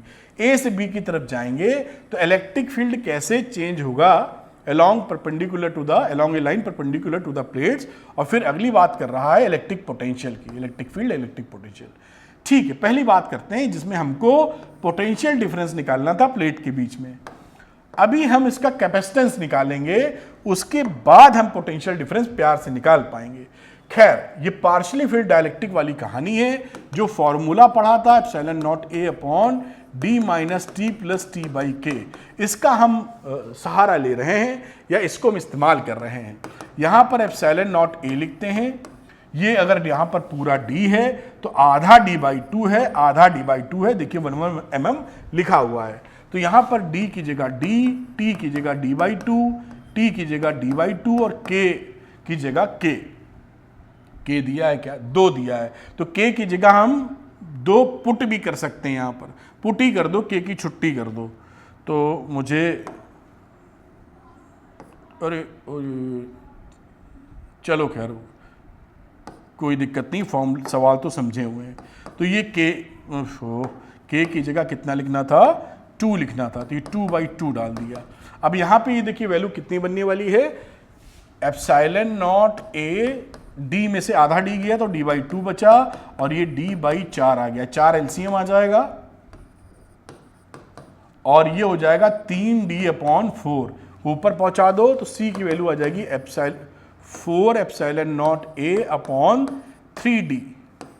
ये देखिए ये आ गया 4 एप्सिलॉन नॉट अपॉन 3d। अब इसमें सारी वैल्यूज रख दो, जैसे कि 8.85 इंटू 10⁻⁻12, एरिया था 600 सेंटीमीटर स्क्वायर, मीटर स्क्वायर में चेंज कर लेंगे, 600 इंटू 10⁻⁻4 मीटर स्क्वायर हो गया, होल अपॉन 3, और बीच का सेपरेशन था 2 मिलीमीटर, तो 2 इंटू 10⁻³ मीटर में हो गया चेंज। कैलकुलेट करोगे वैल्यू आ जाएगी 3.54 इंटू 10⁻⁻10 फैरेड। ये वैल्यू आपकी बनी। ये हमने कैपेसिटेंस निकाला इस सेटअप के साथ। अब देखिए पोटेंशियल क्या होता है, V यहां पर, तो V निकालोगे जब तो ये आ जाएगा Q/C। जब इसको अर्थिंग की हो तो जो प्लस वाले चार्ज दोगे यहां पर, उसी के इंडक्टिव इफेक्ट से उतना ही चार्ज माइनस का यहां बन जाएगा। वो माइनस चार्ज अर्थ में नहीं जाएगा क्योंकि बाउंड चार्जेस हैं, बाहरी प्लेट वाले को शून्य करेगा वो। समझ पा आ रहा है ना? तो ये पोटेंशियल इसका जरूर 0 होगा इस प्लेट का, लेकिन प्लस Q इधर और माइनस Q इधर, उतने ही चार्ज वहां बन जाएंगे। तो Q/C लिख देते हैं। Q कितना दिया है 35.4, और नैनो कुलाम जहां तक था तो 10⁻⁹ आ गया, और C कितना है 3.54। इस तरह देखिए दिया था कि हमारी वैल्यू आसानी से कट गई, और ये 100 वोल्ट का आंसर आपको प्यार से मिल गया पहले वाले का। तो 100 वोल्ट आपका आंसर आ जाएगा फर्स्ट वाले क्वेश्चन का। अब सवाल को और आगे लेके चलते हैं। अब प्लॉटिंग देखें, मेरे ख्याल से प्लॉटिंग की बात कर रहे थे ये, तो प्लॉटिंग के लिए ई निकालने की बात थी, तो ई निकालते हैं हम लोग। तो यहां पर अब बात करते हैं ओरिजिनल पोटेंशियल की। बेटा ये तो हमारा जो पोटेंशियल डिफरेंस आया है ये डायलेक्ट्रिक के सेटअप के साथ आया है। अब अगर हमें जैसे ये डाला था सेटअप में, थोड़ा सा आपको आइडिया दूं तो आप ज़्यादा, अब ये K डालने पर क्या होता है, टोटल जो ओरिजिनल इलेक्ट्रिक फील्ड था उसको E0/K टाइम्स कर देता है, यहाँ E0 है, और दोनों d/2 बने हुए थे यहाँ। तो अगर मैं पोटेंशियल डिफरेंस की बात करूं V बिटवीन द प्लेट्स, तो इस फॉर्मूले को कैसे लिख दोगे, E0/2, ये K की वैल्यू क्योंकि दे रखी है 2, इसलिए ये E0/2 आ गया, इंटू d/2 प्लस एयर की बात कर लो तो एयर का E0 इंटू d/2। ये V है ना पोटेंशियल बिटवीन द प्लेट्स, तो V की वैल्यू कितनी हो गई, ये 4 है, ये 2 है, तो एलसीएम ले लोगे तो 3 आ जाएगा ऊपर, तो 3E0d/4। ये पोटेंशियल देखिए आ रहा है। हम लोग V की वैल्यू ऊपर से 100 वोल्ट निकाल चुके हैं, तो वैल्यू रख दो 100 वोल्ट, 3E0 हमें पता कर लेंगे, D कितना था, तो D था 2 मिलीमीटर, तो 2 इंटू 10⁻³ इसको सॉल्व करेंगे तो हमारा E कितना मिल जाएगा, मतलब E का मतलब E0 से बात कर रहे हैं, तो E0 की वैल्यू मिल जाएगी 2/3 इंटू 10⁵ वोल्ट मीटर। ये हमारा इलेक्ट्रिक फील्ड कौन सा है, जब डाइलेक्ट्रिक नहीं था, और जब डाइलेक्ट्रिक लगेगा तो इलेक्ट्रिक फील्ड हमारा E0/2 हो जाएगा। ये देखिए यहां पर ये इलेक्ट्रिक फील्ड कितना हो जाएगा, E0/2, इसी का आधा। E0 था जब डाइलेक्ट्रिक नहीं था, विथ डाइलेक्ट्रिक E0/2। अब इसको अगर मैं एक डायग्राम से, एक ग्राफ से बनाने की कोशिश करूं, यहां पे इसको रोक लेता हूं और इस ग्राफ में मैं E शो कर दूंगा इधर, और साथ में ये शो कर देता हूं X इन मिलीमीटर शो कर दीजिए। अब ये अगर मैं ओरिजिन ले लूं यहां पर, तो देखिए ग्राफ की प्लॉटिंग बड़े आराम से की जा सकती है। आपने यहां से स्टार्ट किया, प्लेट A से लेकर B तक जा रहे हैं, तो ये ओरिजिन से समझ लीजिए स्टार्ट किए, पहले डाइलेक्ट्रिक ऐसे भरे हुए हैं, तो इसके अंदर जितना इलेक्ट्रिक फील्ड था लिखो, वो इलेक्ट्रिक फील्ड सपोज हम लोग कर लेते हैं इतना है, इतने का मतलब E0/2 है, वैल्यू कैलकुलेट की जा सकती है जो भी आ रही है। ठीक, अब ये कहां तक आप पहुंचे बेटा, 1 mm तक पहुंचे। ये चौड़ाई कितनी थी, 1 mm, अगले 1 mm में और जाना है, तो अगले 1 mm में जाओगे तो ये बन जाओगे 2 mm पर, x पर, इन दोनों का डिफरेंस 1 mm। यहां पर इलेक्ट्रिक फील्ड कितना है, इसका डबल E0 एयर में, तो एयर में इसी का डबल कर लो करीबन यहां कहीं, ये देखिए इतनी वैल्यू, ये देखिए बन गया, दिस इज द ग्राफ। और E0 आप लिख सकते, E0 लिखा ही हुआ है, E0 से वैल्यू कैलकुलेट कर सकते हैं। तो ये वैल्यू, ये ग्राफ हो जाता है जब आप एक प्लेट से दूसरे प्लेट बढ़ रहे हैं, उस समय इलेक्ट्रिक फील्ड को ग्राफिकल रिप्रेजेंटेशन कैसे शो किया जा सकता है। अब दूसरी पोटेंशियल की बात थी, उसका ग्राफ बनाने की बात थी, तो उसको भी पकड़ते हैं हम लोग, इसको ऊपर ले जाते हैं और तीसरे पार्ट में आते हैं जहां पर हम पोटेंशियल डिफरेंस की बात करेंगे। देखिए अभी हम लोगों ने क्या सीखा था कि यहां पर एक डाइलेक्ट्रिक डाला हुआ है और यहां पर आपका एयर है, ये डाइलेक्ट्रिक था K बराबर 2 वाला। अब अगर यहां पर जो पोटेंशियल इन दोनों में देखिए, जो हम जानते हैं E इक्वल टू होता है dV अपॉन dr, ठीक। अगर E की वैल्यू यहां पर डाइलेक्ट्रिक के अंदर E की वैल्यू है E0 अपॉन 2 और एयर में है E0, तो अगर यहां पर ये वैल्यू हाफ है, कंपैरिजन कर लीजिए आधी है, तो ये डिस्टेंस बढ़ाने पर, R बढ़ाने पर हमारा डेल्टा भी कितना बढ़ेगा, दुगना बढ़ जाएगा।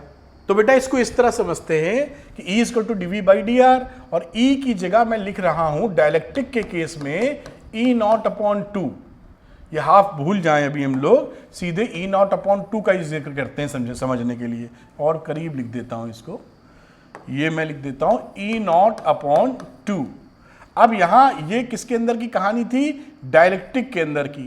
अब एयर के अंदर की मैं बात करूं तो एयर में dV अपॉन dr लेके चलूं अगर, तो वहां पे क्या था E0 इलेक्ट्रिक फील्ड। दोनों के लिए dr अगर सेम कर दूं, सेम मतलब dr का मतलब 1 मिलीमीटर ले लेते हैं, अकॉर्डिंग टू क्वेश्चन ये डिस्टेंस थी 1 मिलीमीटर और यहां से यहां तक भी था 1 मिलीमीटर, यानी A प्लेट से B प्लेट जब हम 1 मिलीमीटर जाएंगे तो पोटेंशियल कितना ड्रॉप होगा। तो यहां पर हमें अगर dr सेम कर दिया तो dV इलेक्ट्रिक फील्ड के प्रोपोर्शनल हो गया। तो पहले केस में विथ डाइलेक्ट्रिक में dr 1 कर देने पर dV की वैल्यू कितनी रही, E0 अपॉन 2, और एयर के अंदर हमारी dV कितनी रही, E0। तो इसकी डबल है एयर में ना, आप देख पा रहे हो ना, जितना रेट गिर रहा है उससे ज्यादा तेजी से एयर में गिर रहा है, देख पा रहे हैं हम लोग। टोटल पोटेंशियल, यानी इसकी बात करूं अगर V1 की, अगर इसमें पोटेंशियल आया ड्रॉप V1, इसके अंदर अगर इसको मैं V1 कर दूं तो इसको मुझे क्या कहना पड़ेगा, 2E1, इसका डबल है। तो अगर V1 आया इसमें ड्रॉप यहां से यहां तक में, तो यहां से यहां तक में कितना ड्रॉप आया, 2V1। देखा अभी हम दोनों, समझा। तो ये दोनों बन गए 3V1 और दोनों सबकी वैल्यू कितनी थी, 100 volt potential between the plates निकाला था हमने। तो V1 की वैल्यू कितनी आ गई, 100 अपॉन 3। अब ये प्लॉटिंग करने में बड़ी सुविधा दे देगा हमको। क्या सुविधा दे देगा, देखिए ये सुविधा दे देगा, ब्लैक कलर ले लेता हूं, ये देखिए ये एक्स एक्सिस बनाई मैंने और यहां पर हम दिखा रहे हैं पोटेंशियल V को वोल्ट में।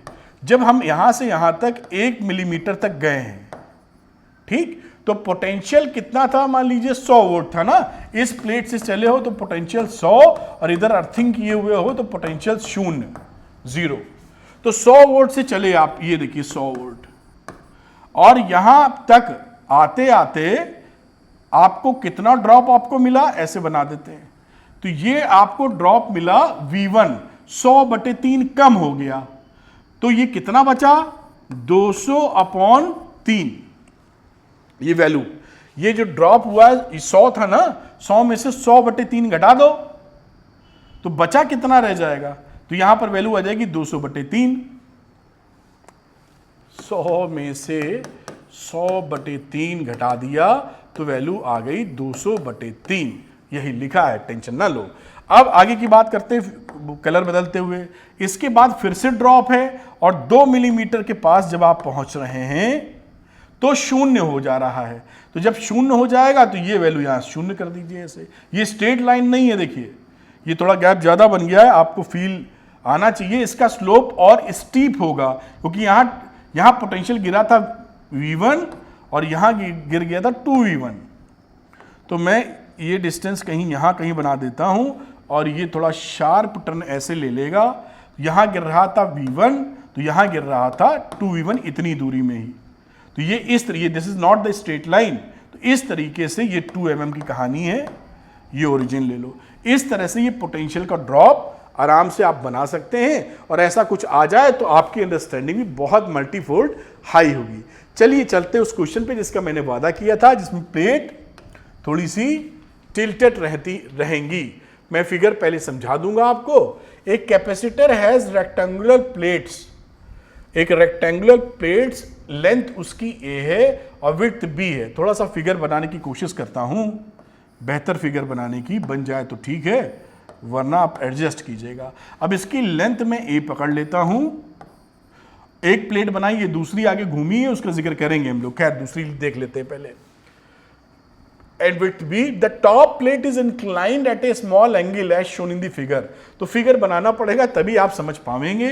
तो मैं कुछ यहां पर ऐसे फिगर बनाने की कोशिश कर रहा हूं जो मैं आपको, ये एक सीधी रेखा होगी जिससे इंक्लिनेशन दिखा दिया।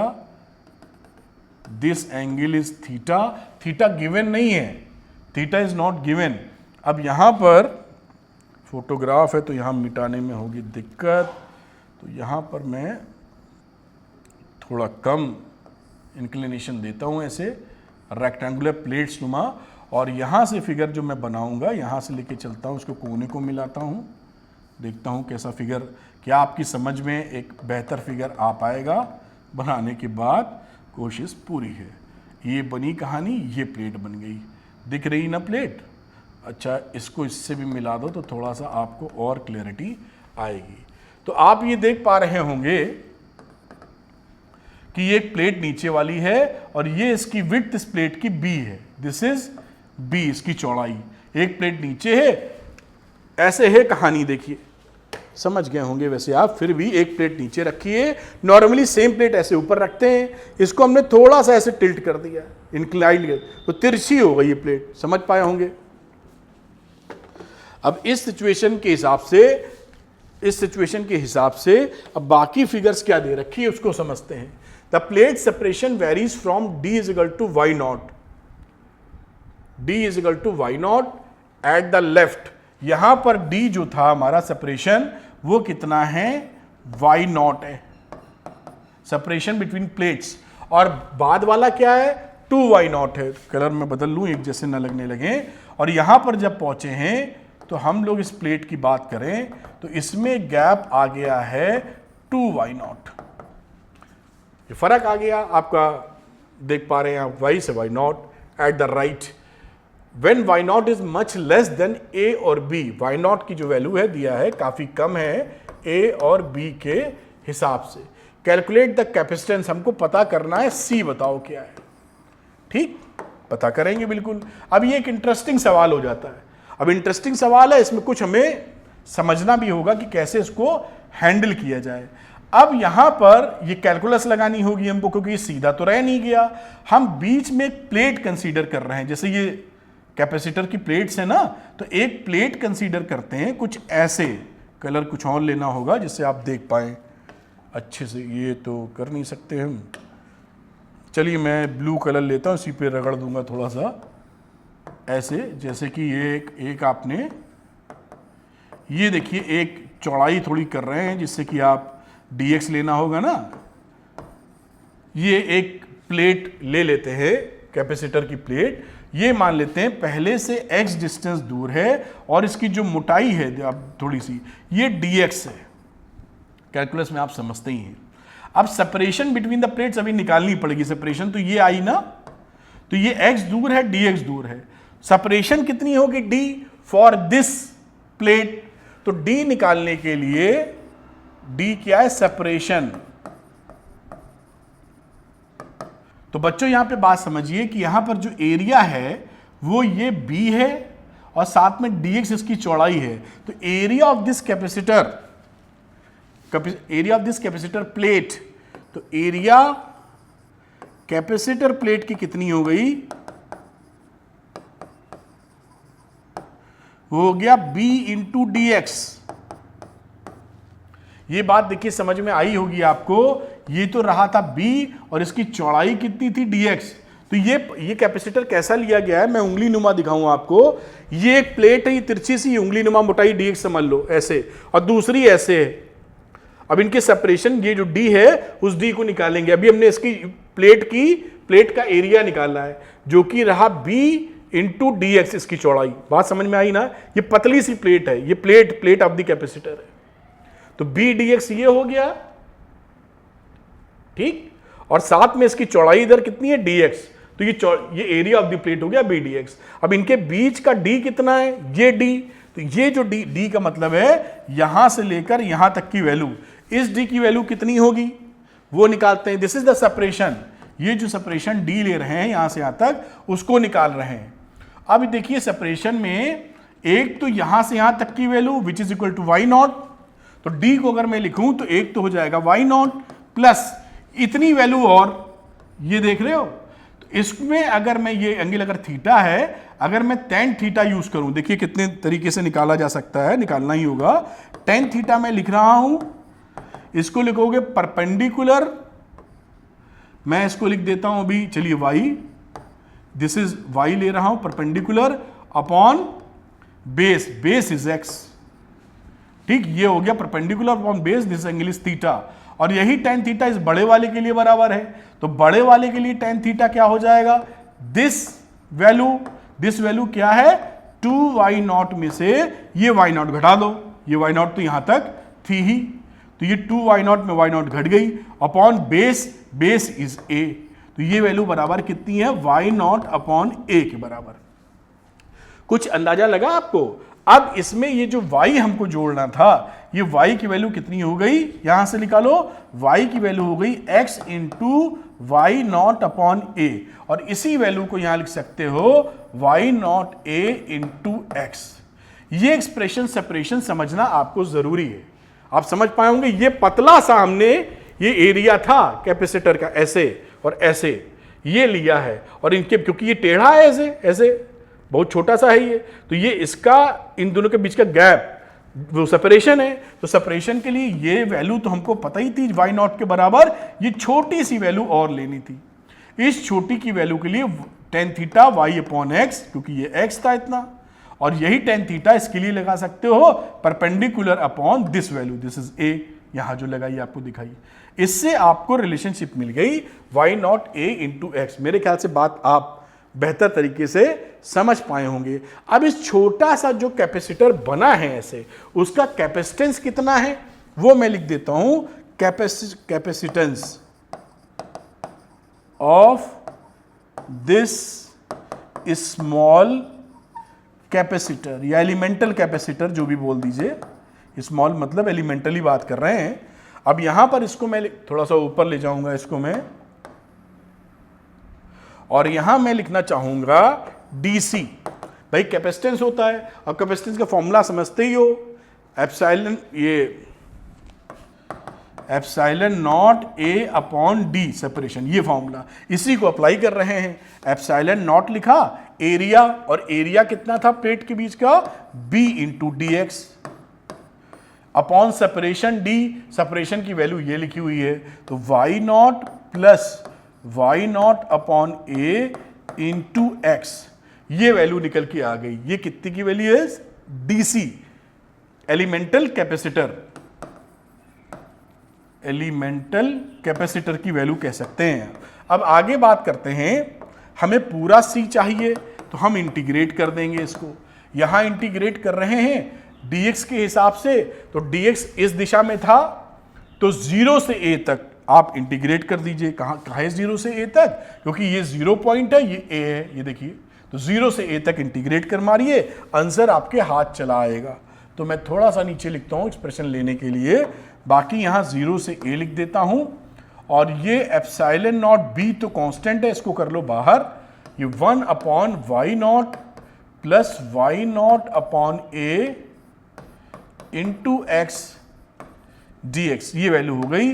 अब ये कुछ इंटीग्रेशन इस टाइप का है, उम्मीद है आपको आराम से कर पाते होंगे, x प्लस a टाइप का, ये किसी चीज से b से मल्टीप्लाई भी है सपोज करिए, और इसका जानते ही जो इंटीग्रेशन आता है लॉग करके आता है, लॉग नेचुरल लॉग आ जाएगा bx प्लस a, और जो कोफिशिएंट होता है वो 1/b लग जाएगा इसके अंदर। इंटीग्रेशन में ऐसा ही होता है, आपको पता है। तो c की वैल्यू इसको आप इंटीग्रेट कर लीजिए। जब आप इंटीग्रेट करेंगे तो क्या क्या वैल्यू मिलेगी, एक मिलेगा log y not plus y not upon a into x लिख देते हैं चलो, और इसकी एक साथ और मल्टीप्लाई करना होगा। मैं बाहर मल्टीप्लाई कर रहा हूं, इसका जो फैक्टर है x का y नॉट अपॉन a, ये डिवाइड कर देगा इसको, तो y नॉट a से डिवाइड कर देते हैं और लिमिट लगा दी 0 से a तक। बहुत ही शांति से और प्रेम से, कोई टेंशन नहीं है। अब epsilon nought a into B upon Y nought, ये तो बाहर ही हमने लिख दिया। आगे लिमिट a पुट कर दो पहले, तो a से a कट जाएगा, यहां देख पा रहे होगे आप। तो ये वैल्यू बचेगी log y, ये हो गया a रखोगे तो a से a कट गया तो ये 2y नॉट आ जाएगा। फिर प्लस माइनस रखोगे, माइनस log 0 पुट करोगे तो y नॉट बचेगा। अब log a minus log b जानते हैं, log a अपॉन b हो जाता है, तो ये हो गया epsilon nought A B upon Y nought, और ये बना log 2y nought upon Y nought. अब ये y नॉट गया कट, log 2 आ गया, तो वैल्यू आगे क्या आ गई, epsilon nought A B upon Y nought into log को, नेचुरल लॉग को ln भी लिख सकते हैं लिखने का तरीका, और ये आपका कैपेसिटेंस आ गया। देखिए इस तरह से आपने कैपेसिटेंस C जो था वो निकाल लिया है। एक अच्छा सवाल निकाल सकते हैं। इसमें एक वेरिएंट और बनता है, जब आपको थीटा दे देते हैं थीटा में, और A और B में कोई चीज रोक लेते हैं, जैसे सेपरेशन है उधर वाला जो दिया था 2y नॉट, उसको वो नहीं दिया, मान लीजिए थीटा दे दिया, तो थीटा, क्योंकि हमें थीटा मालूम नहीं था, सम इंक्लिनेशन लिखा था, तो ये आंसर में थीटा नहीं लिया हम लोगों ने। अगर वो थीटा पता होता तो थीटा की बेस पे सॉल्व कर देते, उसमें कोई दिक्कत नहीं। लेकिन हमें फंडा या कॉन्सेप्ट क्लियर होना चाहिए किस हिसाब से सवाल को सॉल्व कर रहे हैं। तो यहां पर प्लेट कुछ ऐसे ना हो के, ऐसे समझ लीजिए ये इंक्लिनेशन में थी, और शानदार तरीके से हम लोगों ने कैलकुलस लगा ली। आप इसको नोट कर लीजिए, एक बहुत अच्छा सवाल, आपको सीखने में बहुत मदद करेगा। तो वीडियो को पॉज करें और इसको नोट कर लें। आप तो नोट कर लिया होगा, पॉज करके आगे थोड़ा लेके चलते हैं। वीडियो को पॉज करिए साहब और नोट कर लीजिए, फिर आगे चलेंगे, फिर वीडियो को आप पॉज करिए और नोट कर लीजिए। तो ये पैरेलल प्लेट कैपेसिटर्स के बारे में एक बहुत ही शानदार और विस्तृत जानकारी, जो आपकी पढ़ाई में और कॉम्पिटिटिव एग्जामिनेशन में बहुत तगड़ा एज देगा, और सब कुछ बहुत सरल है। उम्मीद है ये वीडियो आपको पसंद आया होगा।